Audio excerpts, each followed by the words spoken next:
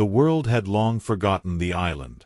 For decades, reruns of Gilligan's Island had played like harmless background noise, a relic of a more innocent television age. Audiences laughed at the coconut radios, the slapstick shipwrecks, the bumbling skipper, and the endless cycle of escape attempts doomed to fail. But the cast who lived those roles never escaped the cost. One by one, the smiles cracked, the careers collapsed, the bodies aged and faded until only one remained. Tina Louise, the fiery redhead who once breathed life into Ginger Grant. She outlived them all, but survival, as she would learn, is no gift. It is a curse. By the time she reached her 90s, Tina had become both myth and memory. Tabloids occasionally ran a nostalgic photo, grainy shots of her walking through Manhattan streets, clutching a scarf against the wind, her frame frail but her eyes still sharp. Fans whispered of her solitude, of the daughter who cared for her from afar, of the shadows that crept closer each year. Hollywood had chewed her up and spat her out, but fate had one more act to demand from her. A final chapter written not in light-hearted laughter, but in darkness. It began with the letters. Anonymous at first, they arrived like a drip of poison in her mailbox. Pages of typewritten accusations. You betrayed them. You left them behind. You are the reason the island is cursed. At first she dismissed them as the rantings of an obsessive fan, the sort of deranged echo every celebrity endures. But the letters grew sharper, more detailed, referencing memories only insiders could know. They spoke of Bob Denver's last days, of Alan Hale Jr.'s funeral, of Natalie Schaefer's whispered regrets. They called her the last keeper of the island's ghosts. And Tina, who had prided herself on resilience, began to feel hunted.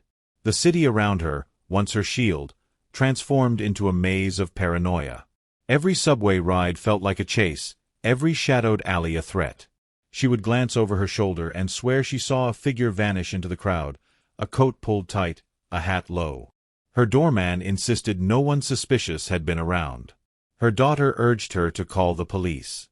But Tina had lived too long in Hollywood's illusions to trust appearances. She knew when a story was twisting toward its climax. And she knew her part in it was unavoidable. One November evening, the storm rolled in. Rain battered the windows of her modest Upper East Side apartment, lightning carving cracks across the night sky. She sat alone, clutching a glass of water, her television flickering with some forgotten classic film.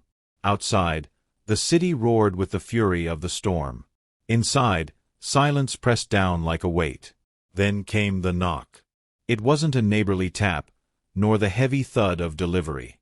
It was measured, deliberate, echoing through the apartment like a summons. Tina froze, her heart slamming against her ribs. Slowly, she rose and shuffled toward the door. "Who's there?" she asked, her voice trembling but steady. No reply. Only another knock, harder this time, more insistent. She reached for the chain lock, hesitated, and peered through the peephole. Nothing. Just the distorted hallway light, shimmering as if the storm had seeped indoors. She retreated, breathing shallow, clutching the phone in her hand. Before she could dial, the lights went out. Darkness swallowed the room, broken only by the erratic flashes of lightning. Somewhere inside her apartment, a floorboard creaked. The storm outside raged, but the true violence was within. She fumbled toward the kitchen, groping for a knife, every instinct of survival surging through her aged body. A shadow moved across the window. Impossible, 12 stories up. She raised the blade, her body trembling, her breath ragged. Then she heard it. A voice, low and taunting, whispering through the dark, "The island never lets you go." Her hand tightened around the knife, the steel blade catching the faintest flicker of lightning from the window. The whisper had not come from outside, it had come from within. The old actress stood still, the silence stretching into something unbearable. Her every nerve screamed that someone was in the apartment, waiting, watching. The storm pressed against the glass like a living creature, wind howling, rain clawing. Another flash of lightning lit up the room for a split second, and in that strobe of light she saw it, an outline in the corner, tall, unmoving, its head tilted unnaturally. Then darkness again. Tina staggered back, her frail legs straining to keep her upright. "Get out!"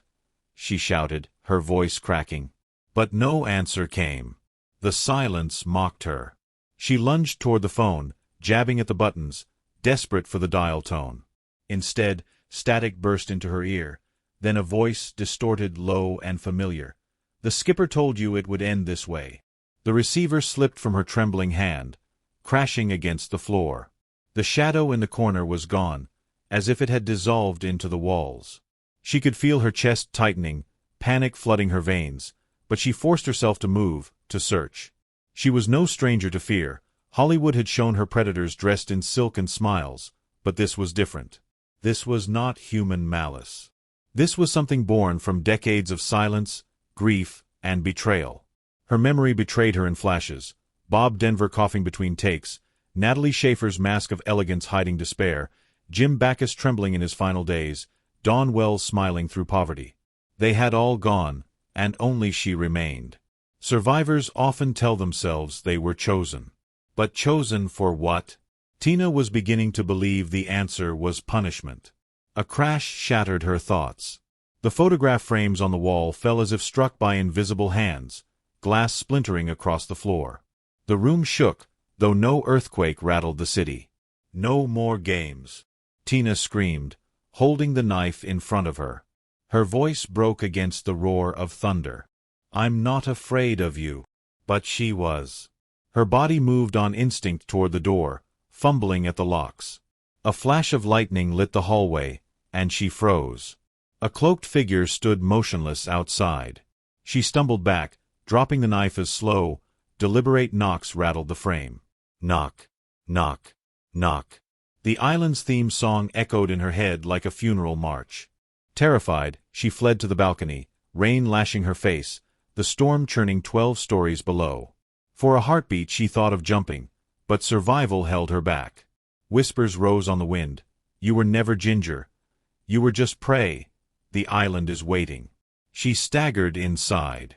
The apartment looked like a crime scene, shadows stretching, photos shattered. In the center, the television flickered on. The Gilligan's Island pilot played, her younger self radiant as Ginger. But the smile twisted, the on-screen figure turning directly toward her. "You should have stayed on the island," the screen crackled. Her scream was swallowed by thunder as the TV went black. Silence fell, heavier than the storm. She gripped the counter, trembling but defiant. Bending for the knife, she found its blade smeared with black ash, the air thick with the stench of burning rubber. The apartment groaned. The walls shuddered. From deep inside came faint, mocking laughter. Gilligan's giggle, warped into something cruel. It swelled until unbearable, then cut off, leaving her in suffocating silence. The knock at the door began again. Harder. Faster. The frame rattled violently, as though the intruder meant to rip it from the hinges. Tina screamed, charging forward, her frail body moving with a sudden surge of adrenaline. "What do you want from me?" she cried, slashing the air with the knife. The door burst inward with a deafening crack, splinters spraying across the room. The storm outside howled into her apartment, and the figure stepped across the threshold.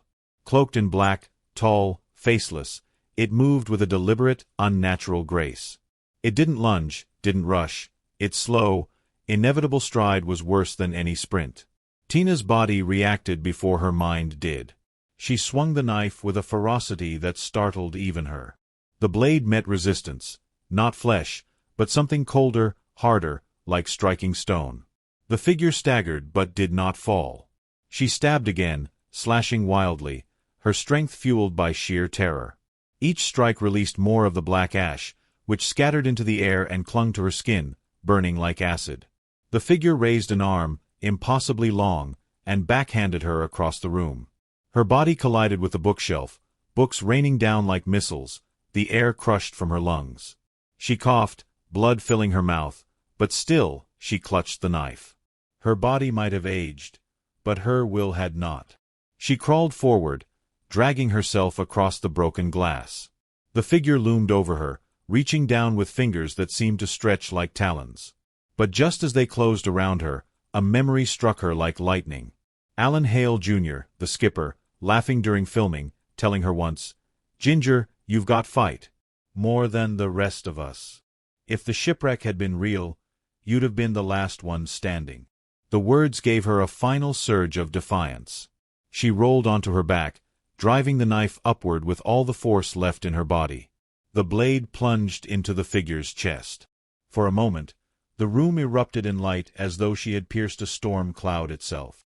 The figure convulsed, the black ash exploding outward like a volcanic blast. Tina screamed as the force knocked her back against the wall, the knife ripped from her grasp. The apartment filled with smoke, choking, blinding, filling every corner. The figure stumbled, its shape dissolving, breaking into fragments that scattered like shards of glass. And then, silence. She lay on the floor, every bone screaming, her lungs clawing for air. The storm outside had gone eerily quiet, the city muted beneath an unnatural stillness.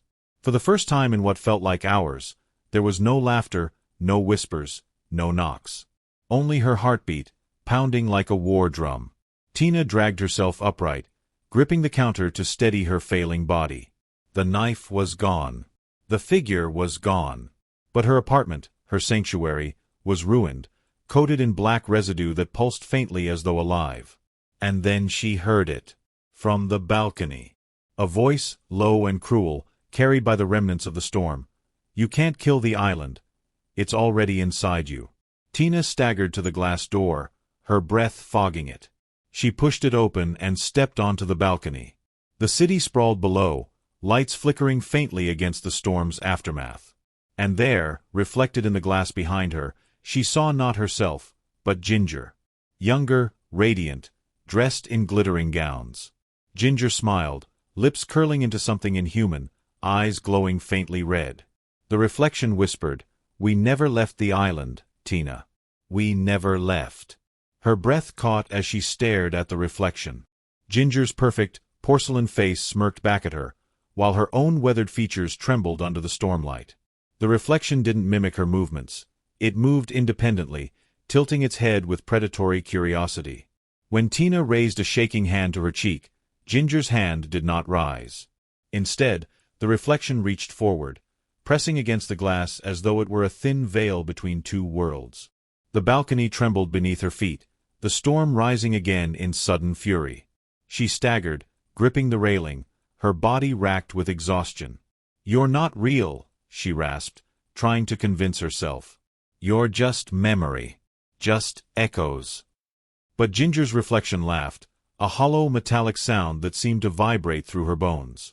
"No, darling. You are the echo. We are what remains. We are the island's debt, and you're the payment." The glass cracked where Ginger's hand pressed, jagged lines spiderwebbing outward. Tina stumbled back into the apartment, but too late. The reflection shattered forward, shards of glass raining like knives as the phantom Ginger stepped through, more solid with every heartbeat.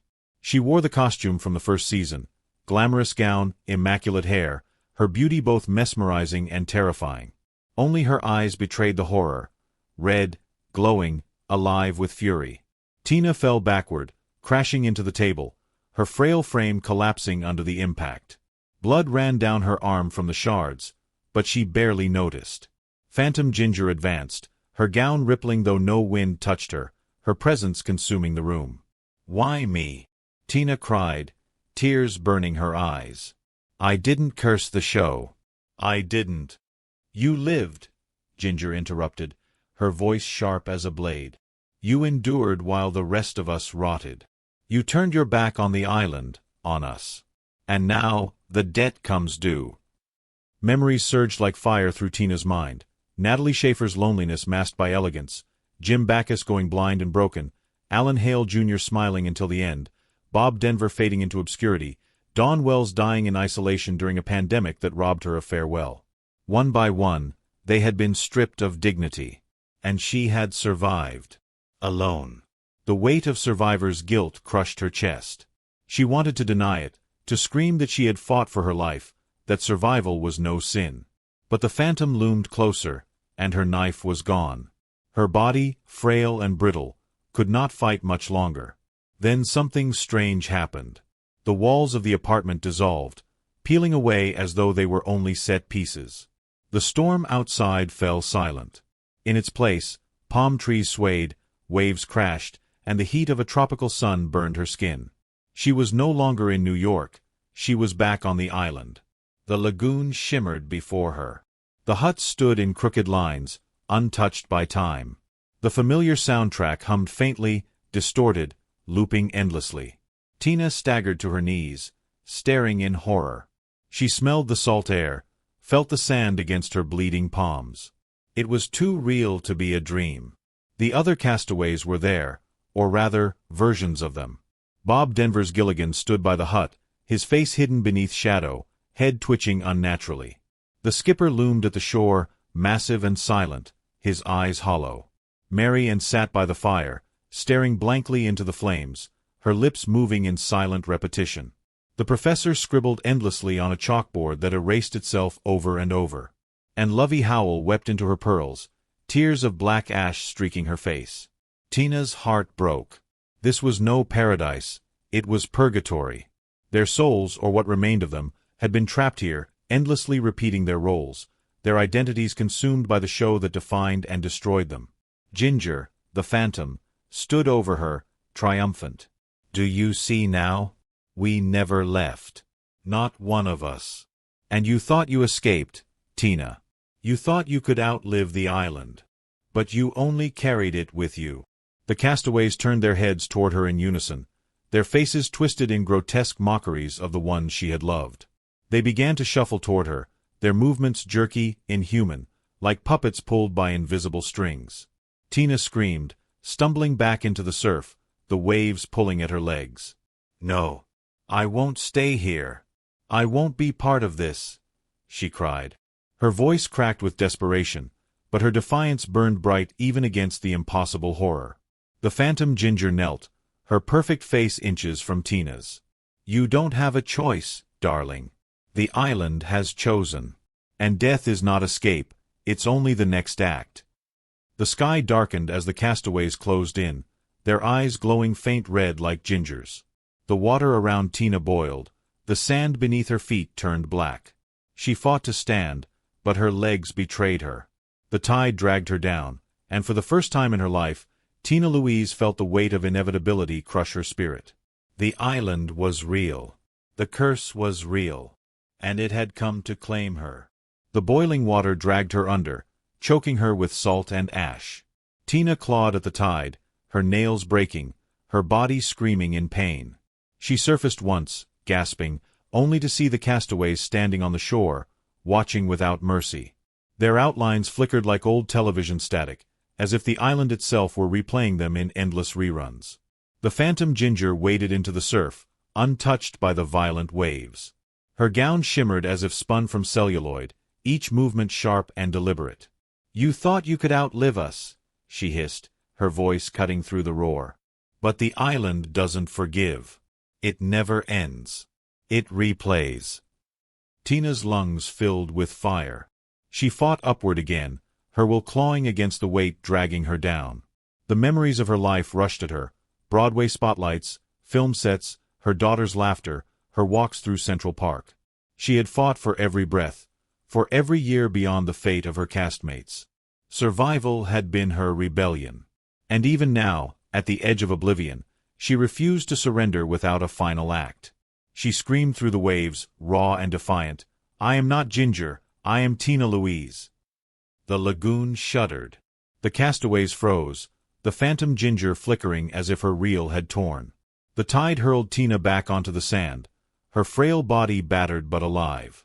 Ash scattered as the figures convulsed, collapsing inward. She had broken the script. But victory was brief. Ginger's beauty cracked away, revealing a skeletal creature of smoke and hunger. "You cannot defy the island," she roared. "Even your name will be forgotten. Only Ginger remains." The tide rose unnaturally fast, dragging Tina toward the boiling surf. Lightning split the horizon as the island began to consume itself. Her body failed, yet her eyes burned with defiance. "You may take my body," she shouted, "but not my soul." The phantom shrieked, the castaways dissolving in a cyclone of ash as the island collapsed into smoke and silence. When Tina opened her eyes, she was back in her Manhattan apartment. No storm, no wreckage, just her television replaying Gilligan's Island. For a fleeting moment, relief washed over her. Then she saw the reflection in the window. Not her own frail face, but Ginger, smiling that inhuman smile. Tina's heart stopped. Her body slumped in the chair, her final breath rattling into silence. The television flickered, skipping, then froze on Ginger's face.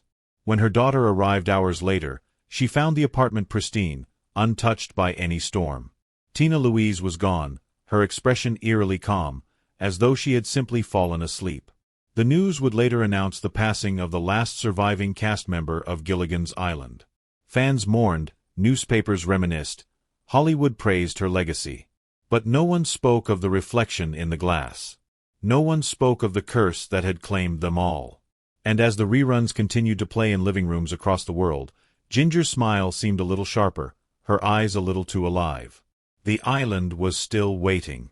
If this chilling tale of Tina Louise's tragic final night gripped you, make sure to hit that like button and subscribe to our channel for more haunting deep dives into the secrets behind Hollywood's golden era and the legends it left behind. Don't forget to ring the bell icon, so you never miss the next story where truth and shadow collide. Share this video with others who still remember Gilligan's Island. And together, let's keep uncovering the dark side of the stories we thought we knew.